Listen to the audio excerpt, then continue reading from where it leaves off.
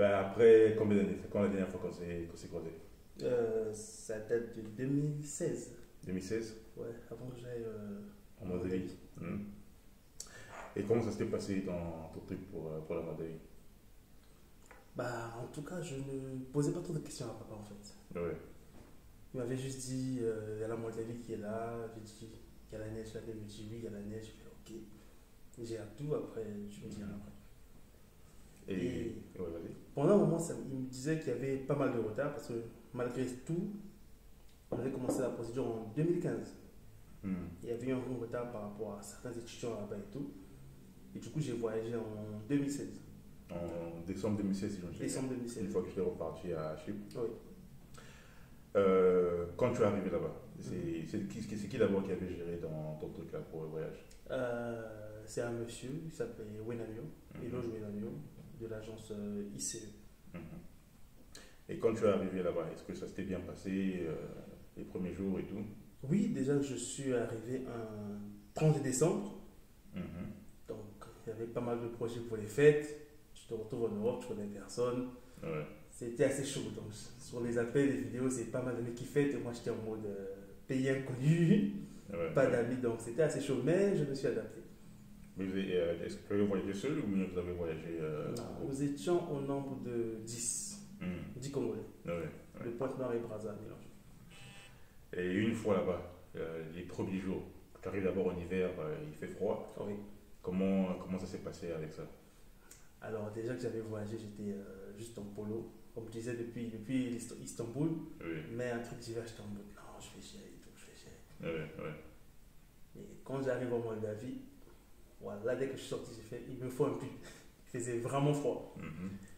Et après, on a pris le bus qu'ils avaient reçu. On est parti au campus. On a fait connaissance avec les anciens de là-bas. Mhm. Il y a eu pas mal de familiarité déjà avec ceux de Pointe-Noire. Oui. Et puis voilà quoi, on a discuté. Ils nous ont un peu aidé pour faire les premières courses aussi, tout ça. Et les premiers jours en Moldavie, c'était difficile, loin des parents. Oui, C'était oui. ta première fois de voyager aussi. Oui, oui. C'était C'était difficile. difficile. Ouais. Parce qu'on va dire que durant tout le long du voyage, dans chaque aéroport, parce que je suis passé d'abord à Addis Abeba, Mhm. dans chaque aéroport, j'étais là, je mangeais tout ce qui était marqué, tout ça. Mhm. J'arrive à Istanbul, pareil, je cherchais le wifi, donc je trouvais un endroit, je mangeais, je prenais des jus, des bières. Mhm. Et quand j'arrive en Moldavie, je fais des courses. Déjà pour l'hiver, donc tout ce qui était pull, manteau, tout ça. Et après, j'avais pas assez de quoi faire en fait des courses pour le manger. Tu avais mal géré l'argent. Ouais. Du coup, j'avais acheté quoi que tout ce qui était spaghetti et des bouillies en fait. Ouais. Et je ne savais même pas préparer. Donc je me souviens, c'était le 31 décembre. J'avais préparé des spaghettis. Il y avait beaucoup de sel. Du coup, j'ai tout jeté. Et après, c'est maman qui m'appelle et me dit ah, comment ça se passe là-bas et tout. Je dis oh, ça se passe bien. En tout cas, j'ai bien mangé et tout. Ah non, après, le sac, c'est pour la fête. Je fais oh, ça me manque même pas un peu. Ouais. Je suis vraiment à l'aise. C'était pas le cas. Non, dès qu'elle a coupé, j'ai pleuré sous ma couette. J'ai pleuré sous ma couette. Je me suis dit, ça c'est quelle vie. J'étais bien chez moi, chez maman. Mais bon, je vais gérer. Ouais, ouais. Et les premiers jours, est-ce que c'était difficile lorsque les gens t'ont accueilli là-bas? C'était difficile pour aller faire les courses, les déplacements et tout ça? Non, en tout cas, tous les anciens qui nous ont reçus étaient très ouverts en tout cas. Ils voulaient même vraiment nous aider. Oui. Dès qu'il y avait un souci, ils voulaient aller à la boutique, on vous accompagne, ils voulaient faire les grands magasins, visiter. Ils étaient vraiment très ouverts avec nous. Oui, oui. Et à l'école, ça se passait bien, puisque vous étiez quand même en retard pour les cours de langue? Oui, oui, oui, oui. On nous a présenté, on est arrivé d'abord, il y avait un département étranger. Donc, au cas où il y avait un petit souci et tout, une question à poser, on passait directement au département étranger. Donc ça se passait plutôt bien en tout cas. Ouais. Et la première année en Moldavie, qu'est-ce que tu faisais? J'ai appris la langue, donc le roumain. Mhm. En tout cas, c'était vraiment chaud, c'était vraiment compliqué au départ pour moi. Ouais. J'étais en mode, les autres ils apprennent l'anglais quand ils voyagent, moi on me met le roumain, ça c'est quelle punition et tout. Okay. Mais, et même au bout de 3 mois de langue, c'était toujours compliqué pour moi parce que déjà que je n'aimais pas, je ne voulais même pas en fait, donc c'était toujours compliqué pour moi. Et après, j'ai vu, il y avait une conférence à l'université pour les étrangers. C'est un truc en français. Mhm. Du coup, j'ai vu l'annonce, j'ai dit, je vais assister à la conférence. Et la dame, elle parlait français. J'ai fait intéressant, intéressant. Et je pose des questions, je dis, est-ce que je peux faire des cours en français? Tu fais quelle filière? Je dis, je ferai management après. Elle me dit, oui. J'ai fait, oh, rien de plus pour négliger cette langue en fait. Ouais. Et c'est ce que j'ai fait. Mais au final, ça m'a vraiment rattrapé par rapport à mon cursus en fait. Mhm. Parce que je faisais les cours toujours en deux langues, mais je ne me mettais pas à fond. Oui. Du coup, quand j'ai commencé les cours en français, et les autres faisaient les cours en roumain, Mhm. c'était plus d'expérience que moi. Et j'avais pas mal de blocages en fait, même quand j'allais au magasin, quand je sortais pour d'autres trucs. J'avais vraiment un blocage. Même pour trouver du travail, j'avais vraiment un blocage. Oui. Et du coup, je me suis dit non, je ferai des cours encore personnels maintenant. Mhm. Et c'est ce que j'ai fait. J'ai comme ça me reformer moi-même.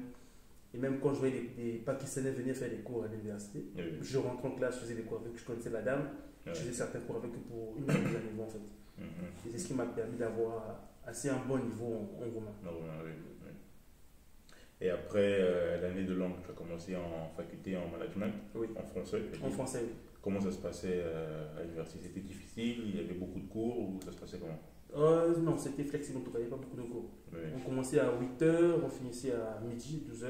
Mhm. On avait 2 cours par jour, donc ça se passait plutôt bien. Oui. Bon, après, c'est vrai que on n'était que 2 noirs dans la classe. Oui. Chose bizarre, pas mal de questions des collègues. Bon, ça passe quoi. Ouais. Et la vie en général, le mois, est-ce que le coût de vie est cher en Moldavie? Non. Quand nous sommes arrivés en Moldavie, on recevait, on va dire, 150 euros. Oui. Voilà. Dans les 150 euros, on pouvait. On recevait, c'est moi qui te supportais. Ah, c'est ok. Du coup, je recevais 150 euros. Et dans les 150 euros, je pouvais faire mon manger. Je vais faire des courses pour le mois, internet, quelques vêtements, donc des petites sorties. Donc ça se passait vraiment bien, avec 150 euros. Oui. Et au fil du temps, l'année qui suivait, j'avais même eu un travail, le coût de vie passait peut-être au niveau de 250 euros par là. Mhm. Et les courses, c'est un pays en tout cas avec un faible coût. Oui. J'avais beaucoup de vie. Et quand tu travaillais, tu gagnais combien? On ne va pas dire en termes de salaire, mais est-ce que le salaire que tu gagnais en tant qu'étudiant, ça te permettait de te supporter convenablement? Bien sûr. Déjà, quand je suis arrivé en Moldavie en 2016, un prof d'université gagnait 150 euros. Un prof d'université? Oui. Il faisait bien ses courses, se gérer, forcément. Oui. Et du coup, moi, le premier travail que j'ai eu, c'était un truc de maximum 4 heures que je travaillais. Oui. Et je gagnais déjà 175, 180 euros par là. Oui. Donc c'était déjà un plus pour moi. Je me disais, je gagne plus qu'un prof d'université. C'était une fierté, quoi. Oui. Et au fil du temps, j'ai eu un boulot où je gagnais 500, voire même 550. Mhm. Ça, c'était dans mes dernières années en Moldavie. Je gagnais Oui. les 550 par là. Oui. Et quels sont les types de boulot qu'un étudiant peut espérer trouver en Moldavie?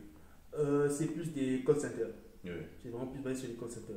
Après, il y en a qui allaient aussi sur tout ce qui était McDo, serveuse, tout ça. Mais c'est vraiment, sinon, pour les francophones, c'était plus au niveau des call centers que le marché était très ouvert. Et est-ce que tu trouves que les Moldaves sont accueillants? Est-ce que c'est un bon pays pour y être pour les étrangers ou tu penses qu'ils sont assez réticents en termes de racisme et autres? Non, ils sont très accueillants, mais on va dire que c'est un pays qui n'a pas connu beaucoup de noirs, s'il faut le dire comme ça. Oui. Donc ça arrive qu'ils posent certaines questions qui seront, selon nous, pertinentes. Oui. Et pour eux, c'est logique en fait. Oui. Ça veut dire que quand je suis arrivé en Moldavie en 2016, il y avait maxi dans tout le pays. On pouvait être 100 Africains. Ouais. Donc ça veut dire que quand tu vois un Africain, ça arrive de poser des questions, de vouloir prendre des photos et tout. Mais en fait, quand tu apprends le pays, tu te rends compte que c'est logique en fait, pour en fait. Ouais. Voilà.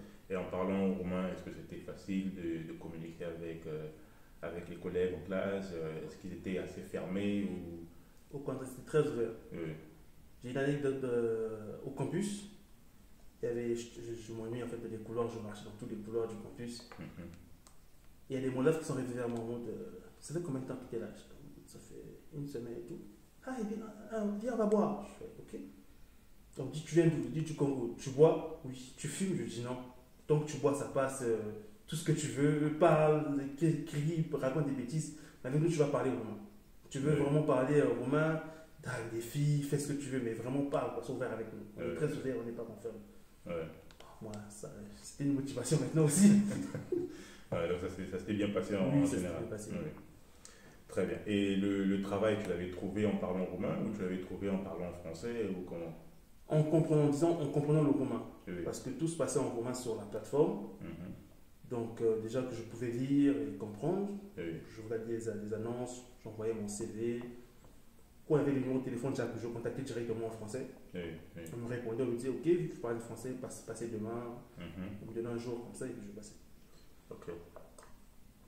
Et en termes de carte de séjour, est-ce que quand un étudiant arrive, parce que le visa on le fait, c'est maintenant que nous, notre agence, on fait aussi maintenant la Moldavie, et le visa on le fait sans que la personne aille à l'ambassade.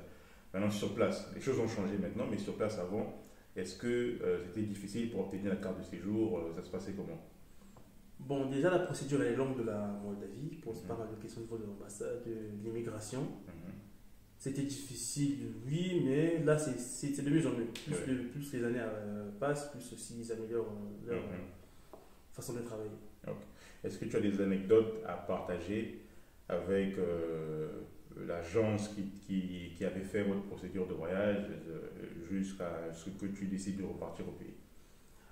Bien sûr, bon, après, avec l'agence, ça s'est pas bien passé sur le coup aussi, Oui.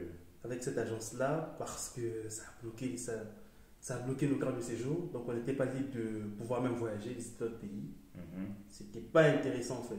Oui.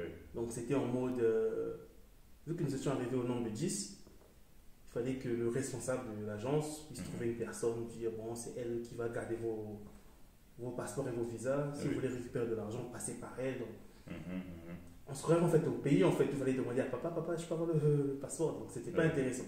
Oui. Bah, après, c'est bien logique, comme ça, on ne pouvait pas être là pour dire que voilà, on était qui pour les changer en fait. Ouais. Donc en gros, ce n'est pas le pays qui mettait les restrictions, mais c'était le monsieur qui avait fait vos documents, qui mettait les restrictions pour vous empêcher en fait de voyager pour les vacances, qui bloquait les cartes de séjour et tout ça. Oui, c'est bien ça. Oui. Et comment se passe alors la préparation de ton voyage pour le retour une fois que tu as terminé? Bon, déjà, quand j'ai terminé, j'avais un travail déjà. J'avais eu la possibilité de travailler même depuis le pays. Donc, c'est ce que j'ai fait. Je suis rentré au pays, je travaillais, j'ai tout préparé en tout cas, vestimentairement aussi. Oui. Et puis voilà quoi. Donc, ça se passait plutôt bien. Après, mon contrat était arrivé à terme. Après 3 mois, j'ai arrêté de travailler. Et c'est là où j'ai ouvert l'agence de Kawa au niveau de Pôle-Nord. Et comment ça s'est passé avec l'agence parce que tu avais l'expérience de la Moldavie. Et on a commencé la Moldavie aussi à l'agence de Pôle-Nord. Comment ça s'est passé avec les gens? Est-ce que les gens ils maîtrisent ce que c'est? Est-ce qu'ils sont réticents par rapport à la Moldavie? C'était plutôt avec mon collègue quand on se formait, on va dire. Du coup, quand il parlait avec les étudiants ou certains parents qui venaient, il était assez stressé et tout. Et du coup, je lui disais toujours, sois zen et tout, parle calmement. Tu ne racontes pas de mensonges, tout ce qu'on fait c'est vrai, c'est égal, donc t'inquiète pas. Et il me disait toujours, mais toi, ta voyage, en fait, tout ce que tu dis, parce que tu as vécu, en fait, ta voyage. Mais ça ne veut rien dire, en fait. Ça peut m'arriver que moi-même, devant mes parents, je stresse. Mais il faut juste être zen, cool, dire la vérité, répondre aux questions normalement, et puis ça se passait bien, en fait. Est-ce que tu recommanderais aux gens, aux étudiants qui souhaitent aller en Roumanie, est-ce que tu recommanderais cette destination-là pour aller poursuivre des études? En Moldavie, oui, effectivement. C'est déjà un pays avec un moindre coût. En tout cas, il y a du travail aussi pour les étudiants. Dès que vous arrivez au bout d'1 mois, vraiment vous pouvez travailler.